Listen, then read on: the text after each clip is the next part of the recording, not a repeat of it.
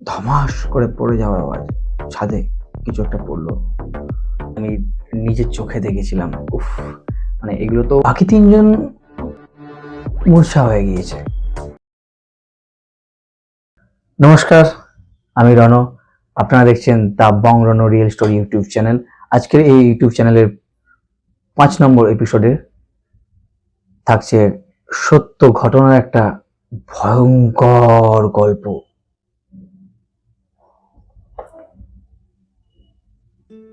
তখন প্রায় ২০২০ সাল। লকডাউনটা সেই খুলেছে আর কি। অনেকদিন বাড়িতে বসতি ছিলাম, তো বন্ধুরা মিলে ঠিক করলাম যে বেড়াতে যাব। কোথায় বেড়াতে যাব? দীঘা, পুরী, আরো বিভিন্ন যে জায়গা আছে ঘোরার। আমরা তো অনেক ঘুরেছি, অনেকবার গেছি। যাইনি খালি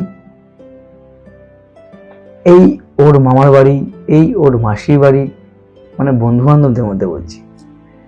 সেরকমই ঠিক হলো এক জায়গায় যাব, বিমলের মাসির বাড়ি। জায়গাটা পুরোপুরি একদম পাড়া গ্রাম, কিন্তু শান্তিপ্রিয়। এরকম একদিন ঠিক হলো একটা ডেট, যে অমুক দিনে আমরা যাব। যথারীতি আমরা সেই মতো অ্যারেঞ্জমেন্ট করলাম, সব কিছু দিয়ে আমরা রওনা হলাম। একটা দিন যখন রওনা হলাম, তখনই প্রায় রাস্তায় টোটো করে যেতে যেতে আমাদেরই একটা বন্ধু আকাশ একটু পড়ে গিয়েছিল টোটো থেকে। মনে হলো যেন প্রথমেই বাধা পেলাম, কিন্তু এসব কুসংস্কার আর কে মানে, কতজন মানে, আমিও মানি না। তো আমরা গিয়েছিলাম, ট্রেনে করে গেলাম। গিয়ে জায়গার নাম বলবো না, কিন্তু গিয়েছিলাম। গিয়ে ওখান থেকে নেমে আবার টোটো করে ধরে বিমলের মাসির বাড়ি। তো গিয়ে পৌঁছে দেখি কি বড় রাজপ্রাসাদ, বিমলের মেশর। মনে হয় লোকটা ২-৩০০ বিঘে জমির মালিক। জানা হয়নি কখনো, মানে জিজ্ঞেস করার সাহস হয়নি, কিন্তু অনুমান করেছিলাম যে ওরকমই। তবে পরিবেশটা পুরোপুরি একটা আলাদা ব্যাপার। চারিদিকে পাখির কলরব, কি একটা শান্তপ্রিয় পরিবেশ আছে। একটা সেই জমিদারের মতন স্নান করার ঘাট। তো আমরা ঢুকলাম ভেতরে, প্রবেশ করলাম, ওনার মেসোমাসিকে প্রণাম করলাম, করে সকলে মিলে পরিচয় করলাম। করার পর একটু রেস্টে আমাদেরকে বলে একটু রেস্ট নাও। রেস্ট নিলাম। সে কি খাওয়া দাওয়া! বাবা রে বাবা! মানে যেন মনে হয় জামাই আদর খাওয়াচ্ছে। উফ! এত খাবার মনে হয় জামাই ষষ্ঠীতে জামাইকেও দেওয়া হয় না, এত রকম মেনু। তো খেলাম আস্তে আস্তে। দুপুরের খাওয়া দাওয়া তো হয়ে গেল। তারপরে যখন আমরা ৫ জন মিলে একটা দুয়ার আসে, বিশাল বড় সিংহ দুয়ার, সেই দুয়ারে যখন বসে আছি, বিমলের মেসমশাইকে লক্ষ্য করলাম উনি খুব চিন্তায় বসে আছেন। ওনার যে আরাম কেদারা আছে, ওই আরাম কেদারায় বসে আছেন, বসে বসে তামাক খাচ্ছেন। এখন ওই তামাক খাচ্ছেন, এটা কিন্তু গিয়ে আমি নিজের চোখে দেখেছিলাম। উফ! মানে এগুলো তো সেই কত পুরোনো দিনের দাদুর আমলে আমার শুনে এসেছি সকলে, তারও আগের আমলে হয়তো। এখন আমি সেটা নিজের চোখে গিয়ে দেখলাম উনি তামাক খেতে খেতে খুব চিন্তায় রয়েছেন। জিজ্ঞেস যে করবো, মানে আমি বিমলকে বললাম, হ্যাঁ বিমল, কি হয়েছে একটু জিজ্ঞেস কর না।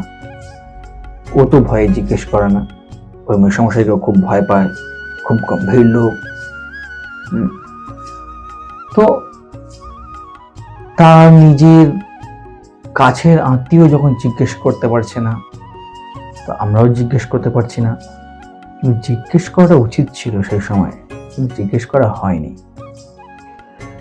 যাই হোক, দেখে খুব খারাপ লেগেছিল ওনাকে, খুব চিন্তায় ছিলেন। তো ওনার মাসিকে তো জিজ্ঞেস করাই যায়, ওর মাসিকে, বিমলের মাসিকে গিয়ে জিজ্ঞেস করা হলো। বিশেষ করে আমি জিজ্ঞেস করেছিলাম যে মাসিমণি, আপনাদের কি কিছু হয়েছে? মেসোমশাইকে দেখে যেন অনেক চিন্তায় মনে হচ্ছে।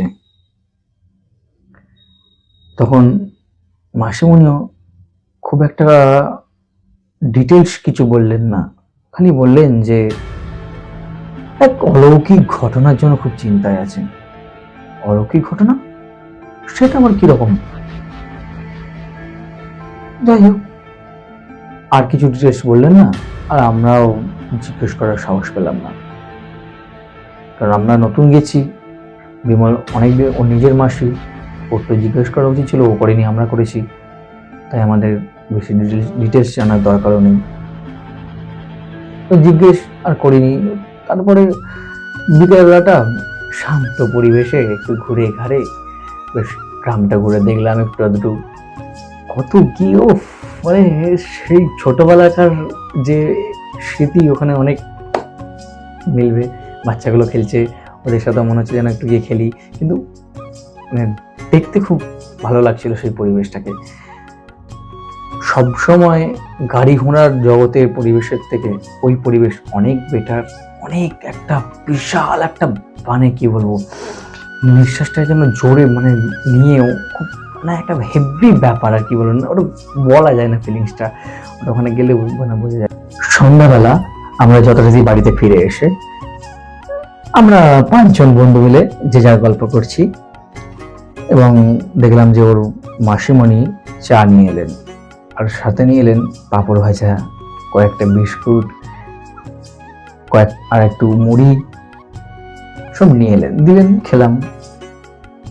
কিন্তু মনের মধ্যে সংকোচটা রয়েই গেল, অলৌকিক ঘটনাটা কি, আর উনি তো চিন্তায় গেল। যাই হোক, খাওয়া দাওয়া করে আমরা যে যার বন্ধুরা গল্প করতে করতে ছাদটা ঘুরে এলাম। বাড়িটা রাজবাড়ি, তো রাজবাড়ি মানে বিশাল বড় বাড়ি, আর ছাদটাও ঘুরতে গেলে অনেকটা সময় নেয়। ঘুরতে গিয়েছিলাম ছাদটা, ঘুরে দেখলাম বাড়ির পিছন দিকে বাগান, ভালো বাগান, ফলের গাছ, বিভিন্ন ফুলের গাছ, বেশ একটা মনোরম ব্যাপার আছে বাগানের মধ্যে। ছাদ থেকে দেখছিলাম সন্ধ্যের বাগানটা, আর জ্যোৎস্না রাত, চাঁদের আলো, একদম পুরো, মানে কোনো কথা হবে না, একটা বিশাল ব্যাপার ওখানটা। মানে ভাবুন একবার যে জ্যোৎস্না রাত, মানে চাঁদের আলো, সেই রাজবাড়ির ছাদ, আর বাড়ির পিছন থেকে অত বড় বাগান, আলাদা একটা অনুভূতি। তো যাই হোক, আমরা সেই অনুভূতিটা নিচ্ছিলাম। হঠাৎ করে বিমলের মেসোমশাই ডেকে পাঠালেন আমাদের সকলকে নিচে। আমরা গেলাম, গিয়ে আমাদেরকে বললেন, ছাদে বেশি যেও না, তোমরা ঘরে থাকার চেষ্টাটা একটু বেশি করো, আর সন্ধে 8টা বেজে গেলে বাইরেও বেরোবে না, ছাদেও যাবে না। তারা গম্ভীর গলায় বললেন। আমরা বললাম, নিজেদের মধ্যে প্রশ্ন করেছিলাম, কেন ছাদে যেতে মানা করছে কেন? আবার ভাবলাম হয়তো ওনার বাড়ি, উনি বলছেন, আর সেটা শোনা দরকার। আর যাইনি। তারপর আমাদের প্রোগ্রাম ছিল যে আমরা ওই দিনকে গিয়েছি, তারপরের দিনকে দুপুরবেলা খাওয়া দাওয়া করে বাড়ি ফিরব। তো রাত্রে খাবার দাবার সেরে শুয়েছি বিছানায়, 5 জন বন্ধু একটা ঘরেই শুয়েছি। ঘর তো অনেক, কিন্তু আমরা শুয়েছিলাম একটা ঘরেই। হঠাৎ তখন প্রায় ফোনের এটা দেখলাম রাত 10:30। হঠাৎ একটা ধমাস করে পড়ে যাওয়ার আওয়াজ, ছাদে কিছু একটা পড়লো। কি হলো? ভাইটা এক পা করে ঘর থেকে বাইরেটা বেরিয়ে এলাম। আর বেরোনোর সাহস হয়নি। কিন্তু তারপরে যে আওয়াজটা, মানে কি বলবো, ওই জায়গায়, ওই টাইমে, ওই পজিশনে যদি আমাদের মতন ছেলে না থেকে যদি অন্য কেউ যদি থাকতেন, হয়তো ভয়ই পেয়ে যেতেন অনেকটা। মানে ছাদের ওই কোণ থেকে প্রায় মানে একটা ঝনঝন করে নুপুরের আওয়াজ হতে এই কোণে, আবার এই কোণ থেকে হতে তারপর ওই কোণে, এরকম করে গোটা ছাদ যেন মোমো করছে এই আওয়াজে। আমি ভাবলাম যে এটা আবার কি হচ্ছে। আমরা ভাবলাম গিয়ে কি দেখবো, কিন্তু আবার বিমলের মেসমশাই বারণ করেছেন ছাদে যেতে। তখন একটু বুঝতে পারলাম যে এই অলৌকিক কি ঘটনা, এই কারণের জন্য কি ওনার মেসমশাই খুব চিন্তায় ছিলেন। সাহস তো 5 জন আছে, পাণ্ডব গোয়েন্দা, সাহস তো একটা হয় না। চল, আবার বয়সটাও কম, চল গিয়ে দেখা কি হচ্ছে ওপরে। ওরই মধ্যে আমার বিদ্যুৎ বলে একটা বন্ধু আছে, ও তো প্রথম থেকেই ভিতর ডিম, ও যেতে চায় না। ও বলে না আমি যাবো না। যেতে যাবো কি, মানে সিঁড়িটা একটু উঠেছি, মানে সিঁড়িঘরটা একটু উঠেছি সিঁড়িগুলো, আর কিছুটা গেলে ঘরটা টপকে যাবো, গিয়ে ছাদে উঠবো। আমরা ও যাইনি, আমরা 4 জন গিয়েছিলাম। তারপরে আমাদের দেখে ও দেখলাম ও পিছু আসছে এক পা করে। প্রথমে আমরা 4 জন গিয়েছিলাম, তো ও টপকে যাবো কি, একটা সুন্দর মিষ্টি গন্ধ, মানে একদম পুরো এত সুন্দর একটা মিষ্টি গন্ধ না, পুরো মোমো করছে জায়গাটা একদম পুরো। যে হঠাৎ দেখলাম, আমি আর বিমল একটু লাস্টের দিকে ছিলাম, ওরা প্রথম দিকে ছিল। ওরা হঠাৎ দেখলাম ওখানেই মানে আস্তে আস্তে বসে পড়ে ওখানেই মূর্ছা হয়ে গেল। আর আমরা দুজন একটু পেয়েছিলাম, কিন্তু নেমে চলে এসেছিলাম। তারপরে আমাদেরও একটু সেন্সলেস লাগছিল, কিন্তু মূর্ছা হয়নি। পুরো ঘটনাটা দেখেছিলাম। পরেরটা বলবো পরের এপিসোডে। যদি এই এপিসোডটা সকলের ভালোবাসা পাই, সকলে যদি একটুখানি শেয়ার, লাইক আর কেমন লাগলো একটু কমেন্ট করো, তাহলেই বলবো পরের গল্পটা পরের এপিসোডে। নমস্কার।